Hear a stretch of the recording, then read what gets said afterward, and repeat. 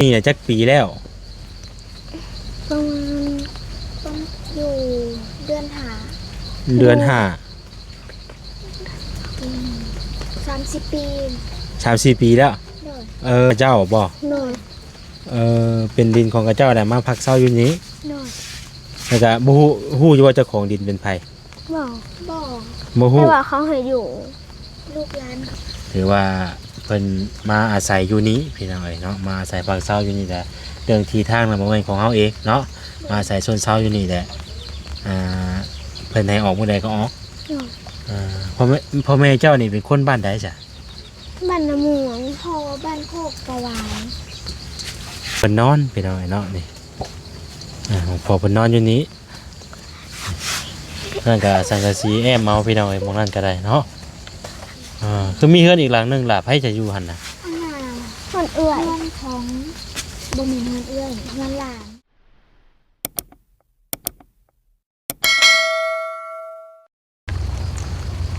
พี่น้องเอ้ยเปิดภาพมามื้อนี้ก็ฝนคือเก่าพี่น้องเอ้ยเนาะฝนยังตกยังลิ่นอยู่เด้อพี่น้องเอ้ย สบายดีเนาะสบายดีพ่อแม่พี่น้องเบิดสุขุสุคนเด้อพี่น้องเด้อพ่อกับซองบ่าวแสน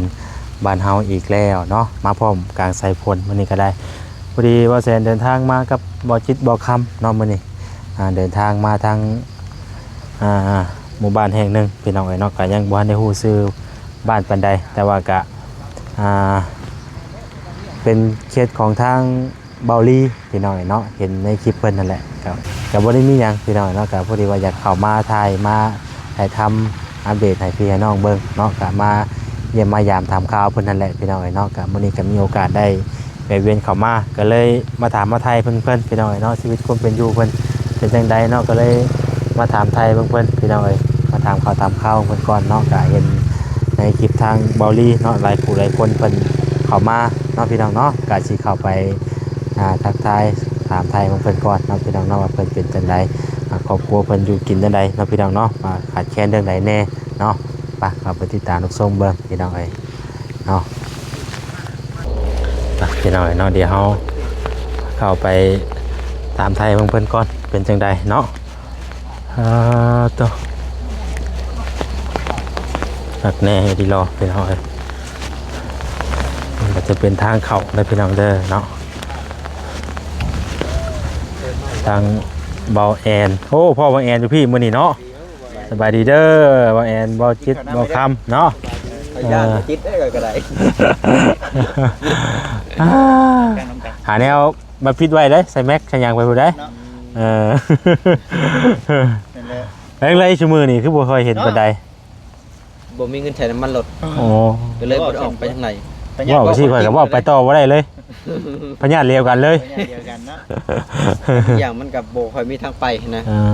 เป็นอย่างกับเรื่องวิวแหละท่อแห้งดิมีการนั่นแหละไปก็ได้หัวซักลงง่องทำนี่ก็จุ่มไหนไปนะไป3ช่องเห็นสิจุ่ม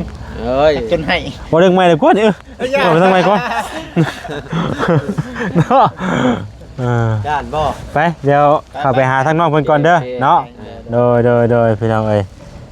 มาครั้งแรกบ่ใช่กันเพราะเอ็นก็เป็นครั้งแรกบ่ครั้งแรกได้ไปกินกระบะเข้ามาเห็นเป็นนะมาเป็นครั้งแรกเด้อพี่น้องบ่แซนก็ได้เดี๋ยวสิเข้าไปถามไทยทางที่ไปที่มาครอบครัวเพิ่นก่อนเนาะว่าเป็นได้ใดโดยเพิ่นอยู่บ่ป่าเข้าไปเบิ่งก่อนพี่น้องเอ้ยเนาะป้าตัวเพิ่นจนแปลนเบิดอยู่นี่เนาะไปถามไปไทยเพิ่นก่อนพี่น้องเอ้ยเพิ่นจังไดอยู่จังไดเนาะตัวนี่เด้มองพักมองเศร้าเพิ่นพี่น้องเพิ่นพากันเฮ็ดหยังอันนี้เนาะอันนี้ก็จะเป็นมองพักมองเศร้าเพิ่นอีกมองนึงพี่น้องเอ้ยเนาะโอ้มีผู้อยู่ซั่นเนาะสบายดีเด้อแม่เด้อเอาเจ้าฝนตกเนาะแบงไหลบ่ได้ตัวพี่น้องเอ้ยเนาะพวกนี้มองพักมองเศร้าเพิ่นอยู่นี่ใช่ทางน้องๆเพิ่นอยู่ข้างใดแหละอ๋ออยู่กระตูบบ่น้องยังก่อซื้อเพิ่นน่ะน้องออนน้องสอนน้องสอนโอ้เดี๋ยวจังสิมาอบรมนำเด้อไปหาทางน้องเพิ่นก่อนพี่น้องเอ้ยตัวพี่น้องเอ้ยเนาะ ฝนตกอันนี้ก็จะเป็นหม่องเพิ่นเฮ็ดเตาได้นี่พี่น้องเอ้ยเนาะเดี๋ยวเราต้องมาทางนี้อยู่ในป่าในดงไงดีดอนี่พี่น้องเอ้ยเนาะโอ้อันนี้จะเป็นหม่องหยังอันนี้คือบ่ลึกแท้อันนี้พี่น้องจนแปลนเบิดเบิ่งนี่เนาะสภาพหม่องอยู่หม่องเซาเพิ่นผู้เฮ็ดตั้งในทั้งนี้ ตัวสบายดีล่ะ สบายดี เลยสบายดีพอเพื่อนพนังพูดก็ได้เนาะผิงไฟนี่แหละนี่อยู่ใกล้ไฟนี่ก็ได้นี่พี่น้องไอ้ผู้คนเช็ดโต๊ะเช็ดตังให้รถได้อันนี้เนาะก่อนเด้อจะว่าแซนมอดก่อนจ่องไว้ก่อนพี่น้องเอ้ยคนกระตกแน่พี่น้องเอ้ยช่วงนี้ก็ได้เนาะว้าโธ่ท่านน้องล่ะซื้อยังไผผู้ใดซื้อเจ้าว่าชื่อว่าอย่างไรก่อนเจ้านะ ชื่อสอน ชื่อสอนผู้นี้เด้ ชื่อแอน ผู้นี้ชื่อออนเนาะสอนออนโอ้ชื่อน้องสอนน้องออนพี่น้องเอ๋ยเนาะ หลังไฟเฮ็ดหยังอันนี้ล่ะพูดยุ่งบ่อ้าวใส่ไม้ให้บ่าวดูนี่ใส่ไม้เด้อ พี่น้องเอ๋ยนั่งตั้งนี่แหละทั้งน้องเพิ่นเอาตั้งมาให้นั่งได้นี่เนาะโธ่ฝนตกฝนลิ้นพี่น้องเอ๋ยเนาะพอได้อยู่แต่น้ำคือน้ำไฟแบบอยู่ไม่สิ้นแหละมันอยู่ใกล้ป่าใกล้ดอนนี่ดิสภาพการเป็นอยู่มองเศร้าเพิ่นก็ได้โธ่เฮ้ย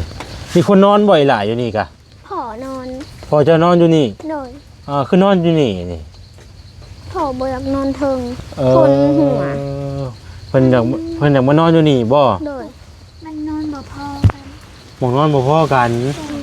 หมองนอนบ่พอกันเลยเพิ่นก็เลยมานอนอยู่นี่ หนุ่ยวางห้องที่สองวางขางตัวนั้นทนมันหัวเลยแล้วเลยเรามาปลุกตุก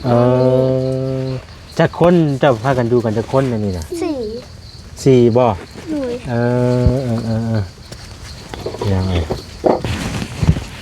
น้องยังก่อนกินนี่ลืมเบาลืมแล้วโทษน้ำไม่ไร นางออน น้องออน สอน ก็น้องสอนเนาะลืมไว้ก็รอพี่น้องยังว่าท่านไปหอดใส่อยู่ น้องออนน้องสอนเนาะเจ้าซื้อน้องออน นะสอน เจ้าซื้อน้องสอนอายุจักปีเจ้า 9 ปี 9 ปีผู้นี้เลยจ้ะ 12 ปีเจ้าอยู่กับไผอีหล่ะอันนี้นะ อยู่กับแม่กับพ่อกับพ่อ อ๋ออยู่กับแม่อยู่กับพ่อ เลย รวมพ่อแม่เจ้ามีเพิ่นเจ้ามีเอื้อยไอ้น้องจักคน พ่อมี มีแต่2คนนี้ หนุ่ย ผู้นี้เป็นเอื้อย หนุ่ย ผู้นี้เป็นน้อง หนุ่ย มีน้องออนมีน้องสอน นางออนผู้ดีนางสอน เอ้ยพี่น้องเอ้ยเนาะลงกันละบาทนี่ซ้ำกันก็รอดเนาะ ผู้นี้น้องออนผู้นี้น้องสอนเนาะน้องออนน้องสอนพี่น้องเอ้ยเนาะอายุกะได้เดียกันผู้นี้9บ่ หนุ่ย ผู้นี้10จักปีพุ่น 12 ผู้นี้เป็นเอื้อยเนาะนุ่งกินบ่ล่ะ เห็นดีแต่ว่าเฮาหลังไฟได้นี่เนาะถ้าเฮาบ่หลังไฟนี่โอ้พอแห้งแล้วพี่น้องเอ้ยมีไผมาหาเจ้าในมื้อนี้น่ะ มีเบาลีเบาติงทองนะมื้อนี้มื้อวานนี่เรามามื้อวานนี่เบาลีมา เพิ่นไปพบไปพ่อเจ้าแบบใดล่ะ ไปขายก่อย ไปขายกอย หนุ่ย ไปขายกอยแหละไปพ่อเจ้า หนุ่ย แล้วเพิ่นก็เลยตามมา หนุ่ย หมองพักหมองเช้าอยู่นี่น่ะจักปีแล้ว ประมาณต้องอยู่เดือนหา เดือน5 30 ปี 3-4 ปีแล้ว หนุ่ย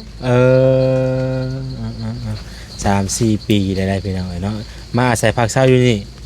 อันนี้เป็นดินไผล่ะ ดินข้าเจ้า ดินของข้าเจ้าบ่ หนุ่ย เป็นดินของข้าเจ้าแต่มาพักเช้าอยู่นี้ หนุ่ย แล้วก็บ่ฮู้อยู่ว่าเจ้าของดินเป็นไผ บอก บ่ แต่ ฮู้ ว่าเขาให้อยู่ ลูกร้านเขาให้อยู่ อ๋อแบบว่าเพิ่นให้อยู่เฮาก็เลยอยู่พอได้ชวนแต่เช้าไปก่อน หนุ่ย ถ้าว่าเพิ่นว่าข่อยมีแนวสิเฮ็ดในเด้อหม่องนี้เนี่ย เฮาก็ต้องได้ออกไปแม่นบ่ โดย อืมถ้าว่าเฮามีแนวถ้าว่าเพิ่นมีแนวสิเฮ็ดน่ะเพิ่นก็เฮาก็ต้องได้ย้ายออกไปเนาะ โดย อืมเพิ่นก็อยู่มานี่ถือว่าหลายปีพอสมควรแล้วพี่น้องเอ้ยเนาะทางน้องๆเพิ่นนี่ก็อยู่กับพ่อกับแม่ ปัจจุบันนี่พากันนี้พ่อแม่เจ้าเพิ่นเฮ็ดเวียกหยังล่ะ รับจ้าง รับจ้าง โดย รับจ้างหยัง ค่ะมียามลกก้าก็ไปลกก้ามียามเกี่ยวเขาก็ไปเกี่ยวมึงเถอะดำนาแล้วก็ไป อืม เขาให้มื้อละ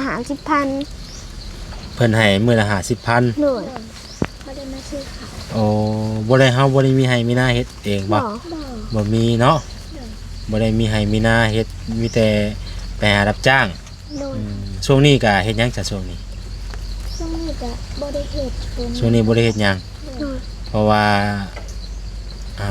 มันก็เบิดเวียกเฮ็ดแล้วเนาะช่วงลำหน้าก็เพิ่นลำเรียบร้อยแล้วยังแต่เกี่ยวบัดนี้เนาะ โดย เอ่อถ้ามีคนจ้างไปเกี่ยวเฮาก็ไปเนาะ โดย เอ่ถ้าว่ามีคนจ้างไปเกี่ยวเขากินหน้าเฮาก็ไปจะบ่ได้เข้าโรงเรียนบ่ เขา เข้าโรงเรียนปอใด ข้าวสารปีนี้ก็สี่ อ๋อเจ้าน่ะเข้าปสามปีสิเข้าใกล้สิเปิดเทอมแล้วบ่วันที่เท่าไหร่เพิ่นเปิดเทอม วันที่1เดือน9 อ๋อวันที่1เดือน9แล้วเพิ่นสิเปิดเทอมเข้าห้องผู้ซี่บัดนี้ผู้นี้ปอยังผู้นี้ ป2 ป สิ ส บ อง ป ไกลบ่ล่ะโรงเรียนไกลบ่ 3ไก่ ไปได้ได ย่าง ย่างไป โดย อ๋อตัวเพื่อสิไปฮอดโรงเรียนก็บ่ธรรมดาย่างไปอีกอันนี้เนาะพี่น้องเอ้ยเนาะถือว่าเพิ่นมาอาศัยอยู่นี้พี่น้องเอ้ยเนาะมาอาศัยภาคเช้าอยู่นี่แหละเรื่องที่ทางนั้นบ่แม่นของเฮาเองเนาะมาอาศัยส่วนเช้าอยู่นี่แหละเพิ่นให้ออกมื้อใดก็ออก โดย พ่อแม่เจ้านี่เป็นคนบ้านใดจ้ะ บ้านน้ำม่วงพ่อบ้านโคกประวานแม่บ้านน้ำม่วงตีนผู้สังไง พ่อเจ้าเป็นคนบ้านโคกประหวาย โดย แม่เป็นคนบ้าน น้ำม่วง นาม่วง โดย เอาคือได้มาอยู่แบบซี่ล่ะเป็นหยัง เพิ่นลงมาเฮ็ดเวียก ลงมาเฮ็ดเวียกอยู่แถวนี้เออ และพ่อเฮาก็ลงมาเฮ็ดเวียกคือกัน ลงมา ลงมาเกี่ยวเขาน้ำนาสาวนี่แหละและแม่พ่อเฮาไปพ่อกัน อืมแต่ก็ได้พากันอยู่สิเด้ย โดย แต่อยู่บ้านน่ะบ่มีดินมีหลอนอยู่สิบ่อยู่บ้านน่ะบ่มีดินมีหลอนอยู่ก็เลยพากันอยู่แบบซี่บัดนี้น่ะ โดย เออเป็นแนวนั้นพี่น้องเอ้ยเนาะว่าแล้วก็อยู่คันสิว่าสิอยู่บ้านก็สิอยู่แบบซี่คือเก่าอยู่คือเฮาอยู่พี่ก็เพราะว่ามีได้เพราะว่าได้อันว่ามีหม่องเฮ็ดหม่องหาแน่เนาะเออเป็นแนวนั้นพี่น้องเอ้ยเนาะก็ถือว่าทางน้องๆเพิ่นก็ฮู้จักความพี่น้องเนาะถามหยังเพิ่นก็ตอบได้เบิดได้นี่เนาะ มีหยังกินกับข้าวบ่นี่ นี่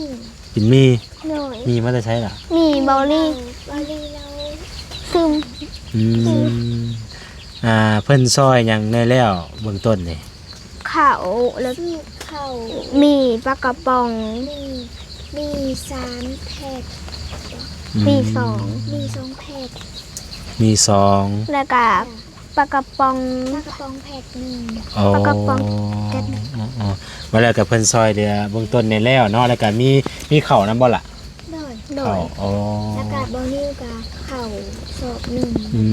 ม มีแป๊บหนึ่ง จุดนักดีนี่ ไข่ ไม่ยั้งอันที่ว่าขาดแคลนที่สุดในครอบครัวเจ้า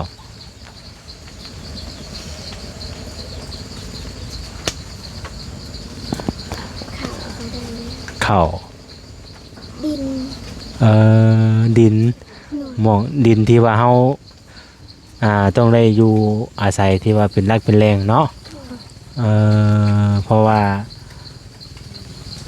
เฮามาอยู่นี่มันก็บ่แน่นอนเนาะเจ้าใหญ่อยู่นี่บ่หรือว่าจังใดนี่ ตะกี้อยู่ ตะกี้อยู่ไสนี่แล้ว อยู่พุ่นแรกเขาบอกให้ ยับแล้วเข้าสิขายเลยค่ะมาอยู่ที่ โอ้บ่แล้วก็เคยอยู่มาหลายหม่องแล้ว แล้วก็เพิ่นบอกให้ยับเฮาก็ยับไปคือเฮาอยู่นี่เพิ่นบอกว่าให้ย้ายออกเฮาก็ย้ายออก โดย โอ้แบบนั้นพี่น้องเอ้ยเนาะแล้วก็หลายหม่องหลายบ่อนได้ที่ว่ายับย้ายมานี่เนาะ คิดตกแล้ว เออโดยมือตั้งอีกบ่ล่ะตั้งนางบ่มันเปียกเนาะมันเปียกพี่น้องเอ้ยคือว่าอะไรฝนตกเนาะมันก็ลำบากแน่พี่น้องเอ้ยเนาะกันไปการมานั่นนี่ก็ค่อนข้างจะลำบากแน่โอ้พ่อเจ้าไปไสล่ะ พอบ่หูเห็นเราหย่างไปแถวผูก โอ้ผู้หันเราอยู่ยวนบ่ผู้หันน่ะเราอยู่ยวนบ่พ่อเจ้า โดย เออเดี๋ยวช่วงนี้พ่อเจ้าเฮ็ดเวียกหยังช่วง รับจ้าง รับจ้างหยังล่ะ จ้างก่อสร้าง โอ้เฮ็ดงานแบบว่าก่อสร้างอย่างทั่วไปเนาะ โดย มีเวียกหยังก็ไปเนาะ เขาจ้างมือละ5,000 จ้างมื้อละ50,000 เป็นกรรมกรนี่แหละ จ้างมื้อละ50,000พี่น้องเอ้ยเนาะ หยุกท่อซอยเขามึงเสือก็ เพื่อจะได้เงิน50,000ต้องได้เฮ็ดเวียกเป็นมื้อพุบัดแม่เจ้าก็เฮ็ดเวียกคือกันบ่ไปนํกันบ่บ่ได้ไป มึงเถื่อฝนตกกับแม่ก็บ่ได้ไป อ๋บางเทื่อแม่ก็บ่ได้ไปพี่น้องเอ้ยเนาะบางเทื่อก็อยู่เฮือนอยู่ซ่านนี้เนาะนี่เด้พี่น้องเอ้ยเดี๋ยวบ่แซนสินี่อันนี้ก็จะเป็นหม่องพ่อเพิ่นนอนพี่น้องเอ้ยเนาะนี่หม่องพ่อเพิ่นนอนอยู่นี้นั่นก็สังกะสีแอมเมาพี่น้องเอ้ยหม่องนั้นก็ได้เนาะคือมีเฮือนอีกหลังนึงล่ะไผจะอยู่หั่นน่ะ มันเอื้อยของบ่มีเงินเอื้อยเงินหลาน เพิ่นหลานบ่เพิ่นอยู่ว่าตอนนี้ อยู่เพิ่นมาหลินกับหมู่เพิ่นค่ะเป็นว่าเพิ่นกับหมู่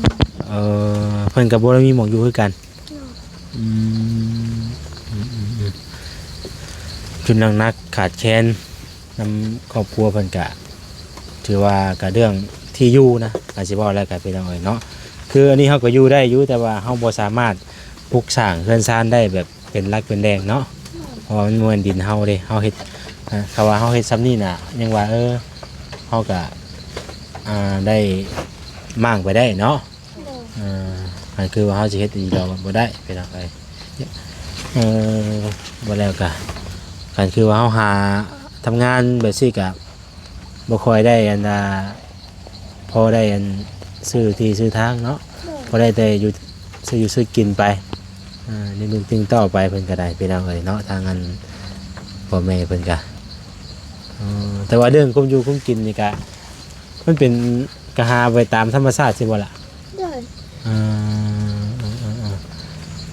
เฮ็ดปวกย่างเฮ็ดปวกก็มีบ่แถวนี้ มี ตามลงดินดงเนาะเฮาเข้าไปในพุ่นนั้นเป็นบ้านบ่ นั่งคุณบอก โดยในพุ่นน่ะ เป็นหมู่บ้าน เป็นหมู่บ้านบ่ หน่อย เข้าไปในพุ่นเป็นหมู่บ้านเนาะเข้าไปในพุ่น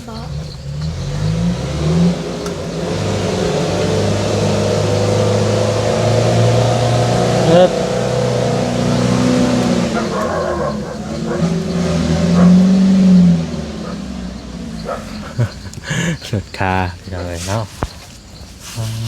ต้องหักในดีดอกพี่น้องเอ้ยเพราะมันอยากเปื้อนแน่มองน่ะเนาะส่วนยามฟ้ายามฝนมันก็ยากลำบากแน่พี่น้องเอ้ย ตะกี้ทางมันดีแล้วแต่เขาเอาดินมาถม โอ้มันก็เลยเป็นบวมบัดนี้เนาะ โดย โอ้คือตอนนี้ก็เรื่องครอบครัวน้องเพิ่นก็เรื่องข้าวเรื่องน้ำก็เพิ่นซอยได้เป็นเบื้องต้นในแล้วเนาะรถบ่นิวบ่บ่นิวรถบ่นิวพี่น้องเอ้ยเนาะก็เห็นในคลิปบอลลี่แหละเบาก็เลยมาถามมาไทยมาเยี่ยมยามได้ด่าเด้อพี่น้องเอ้ยก็ดีใจนำทางน้องเพิ่นมีหลายคู่หลายคนกลับมาหาบ่ช่วงนี้ดีใจว่ามีคนกลับมาหา ดีใจ สู้ๆแล้วด่าเด้อเนาะคือความใฝ่ฝันทั้งน้องๆเพิ่นนี้อยากมีดินอยู่เนาะจังไรก็ขอให้ความฝันทั้งน้องๆเพิ่นเป็นจริงพี่น้องเอ้ย ซอยเวียกพ่อแม่เฮ็ดหยังแหน่แต่ละมื้อ หนึ่งค่ะหนึ่งขาว อ๋อเฮ็ดเป็นเบิดเลยตัวนี้เนาะเออล้างถ้วยนึ่งข้าวหยังไกคงจะว่าเฮ็ดได้ซอยแม่ได้เนาะพี่น้องเอ้ยเอาจังได๋ก็สู้ๆต่อไปพี่น้องเอ้ยเพิ่งซะเนาะก็เริ่มมาหลายผู้หลายคนเลยพี่น้องเอ้ยยันว่าท่ากันเนาะมื้อนี้ก็บ่าวบ่มีหยังหลายแล้วล่ะเด้อว่าเข้ามามื้อนี้ก็บ่